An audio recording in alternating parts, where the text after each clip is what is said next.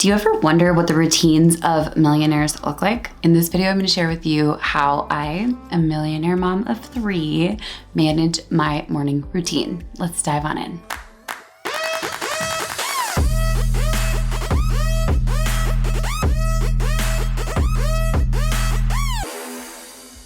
So if you're watching this video, I am guessing that you have been looking for a morning routine that fits your life.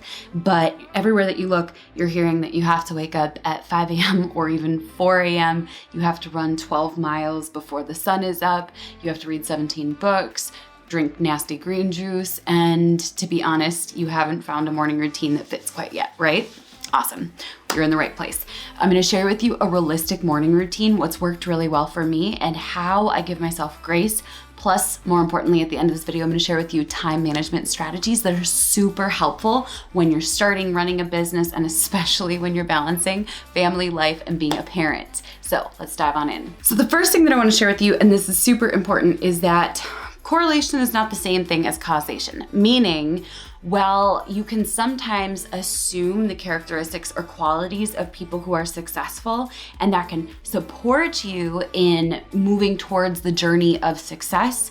That does not mean that you're going to make $1 million, have everything figured out, or magically have self-discipline. So while I have generated $5 million in revenue and I am a mom of 3, it doesn't mean that if you adopt my morning routine, magically your whole life is gonna work out and everything's gonna go according to plan. So let's be super clear about that. The second thing that I wanna share with you as an important pre-frame is that you have to have grace for yourself whenever you're implementing anything new, whether it's a morning routine, a bedtime routine, and you also have to recognize, number 3, that your life is not the same as anyone else's. So you have to figure out what works for you and what is a comfortable stretch or pull outside of your comfort zone versus what is simply not feasible. For example, I wanted to run a marathon this year, and I realized as we went into the busy season of activities with our kids, it just simply wasn't possible in this season of life because every yes to something is also a no to something else. So keep that in mind. While you may find elements of my morning routine and say, I really like that, or I want to try doing that, you aren't me and I'm not you. So don't assume that you have to do exactly what I do in order to find your optimal schedule. The first thing that I want to share with you guys is that I don't follow my morning schedule perfectly every single day, but 3 to 5 days every single week, I am waking up between 6:30 and 7:30. I wake up and I dive on into this morning routine that I'm going to share with you. I do have an abbreviated version of this or an extended version of this, depending on whether it's the weekend, depending on what time my kids woke up, depending on what time we went to bed. As you know, life with kids can sometimes be a little bit unpredictable. You never know when you're randomly going to have 2 kids suddenly sleeping in your bed, kicking, tossing, turning all night. Simply put, I am not someone that does well with less sleep. There are some people who do great with 5, 6, 7 hours of sleep. I am an 8-hour sleeper, and that is not something I'm willing to compromise. So I try to go to bed between 10 and 12 each night. Most nights it ends up being like 11 to 12. And then my morning time routine is starting at 6:30 to 7:30 each morning. The first thing that I do when I wake up is I put on my Garmin watch. No, this is not sponsored by Garmin. I just love this watch so much. What I love about it is that it starts tracking my steps. So the first steps that I'm gonna take when I get out of bed in the morning, I want them to count, right? And they don't count if they're not tracked on your Garmin. I just think it's a really fun way to kind of have like a little bit of a competition with yourself to see how many steps you're walking on average each day. And it does encourage me to take an extra couple laps around the house at the end of the night or to walk around the entire park if we go to the park with the kids. The second thing that I do when I wake up is I moisturize my face. I use Pond's Cold Cream, my favorite. I've used that since I was a kid. I have really sensitive skin and it's been amazing for me. And it's gonna take a seriously powerful skincare line to get me away from my Pond's Cold Cream. So I put that all over my face and then I brush my teeth. The next thing that I do is I go down to my office, and I really like my office because it's a quiet space. It's a safe haven. I've got it decorated the way that I like. I'm surrounded by some of my favorite things, which are books. And so this space for me is just an incredibly calming space. And I've decorated my office in a way where it just feels very peaceful to me. So I sit down and on my computer, I put on meditations and affirmations. If I have a little more time, so if I woke up at 6:30 or 7, I'm gonna listen to affirmations and repeat them. It's really important to me to find meditations and affirmations that align well. So I'll share a few of the ones that I found that are amazing. I'm obsessed with Brian Scott. I love Jess at Live the Life You Love.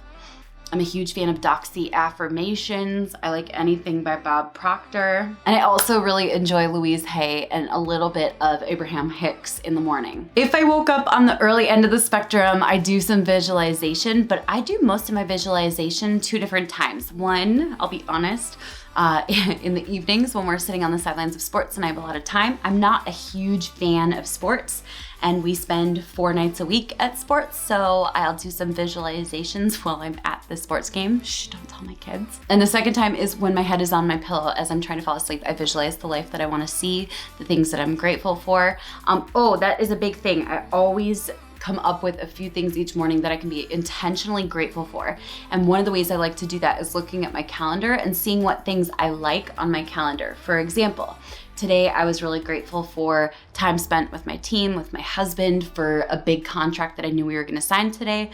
And so I spent a couple of moments in gratitude for that. The next thing that I do almost every day, not every single day, but I like to clean up my space. I am actually not a neat person by nature. I know that this is very misleading, but I'm actually a very, very, very messy person. I'm disorganized. I'm incredibly lazy by nature. And so I have to intentionally work past that and put in systems and routines that help me to not accidentally be a total slob as a business owner. So because of that, I'm really vigilant about keeping my space as clean as I can. I do clean it several times a week. Some weeks get a little crazy and you can always tell, but right now it's exactly how I like to see it. The next thing that I do, and this is kind of interesting, but I like to do my hair and makeup actually in my office, and I use my cell phone as a mirror. Now, the reason I do this, and this is gonna be helpful for anyone who creates content, is because how your makeup looks when you are in front of a mirror in your bathroom or in your closet is going to look different from how your makeup is gonna look when you're on video. So this was a simple tip that I figured out years ago. If you do your makeup while you're staring at the video reflection, you're gonna see exactly what your makeup looks like on video, and you're gonna know how much makeup to put on in order to look like yourself.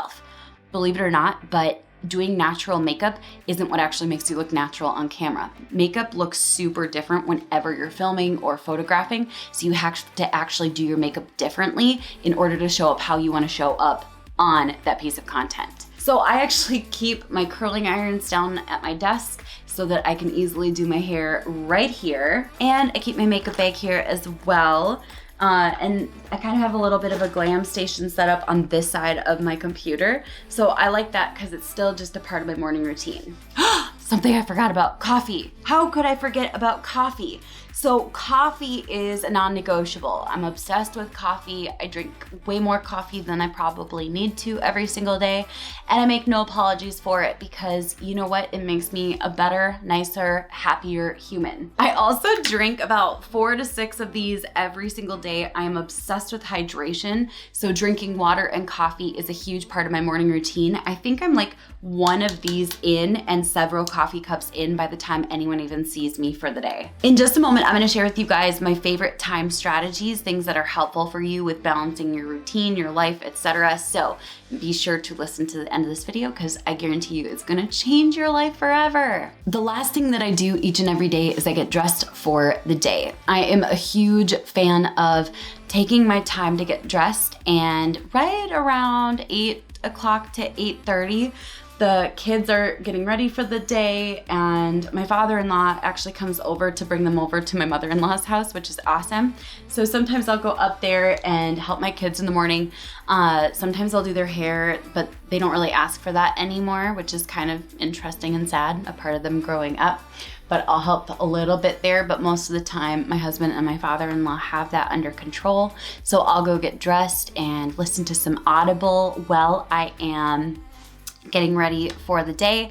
Then I come downstairs. By 9 a.m. at the latest, usually by 8:30, I am doing my dailies, which is where I create content to serve other people, creating tons of value. And so that is kind of my goal, is to have the process of content creation being started, sometimes even finished by 9, 10, or even 11 at the latest. Now, I put together a ton of time-saving strategies for you guys, so check out in the bio beneath this video. I put those together for you to support you. They are all realistic, accessible, and you may find a couple that will really support you in this season of life, especially if you are a parent or if you don't have a ton of extra time laying around. Now, I want to hear from you guys. Let me know in the comments, what questions do you have? Was this video helpful? What kind of videos would you like to see more of? I will catch you guys later. Bye for now. Hold on, is that math right? No, I just disassociated. Whoa, okay. Like I forgot where I was. That was wild. Let's try it one more time. Woo, gotta get this together.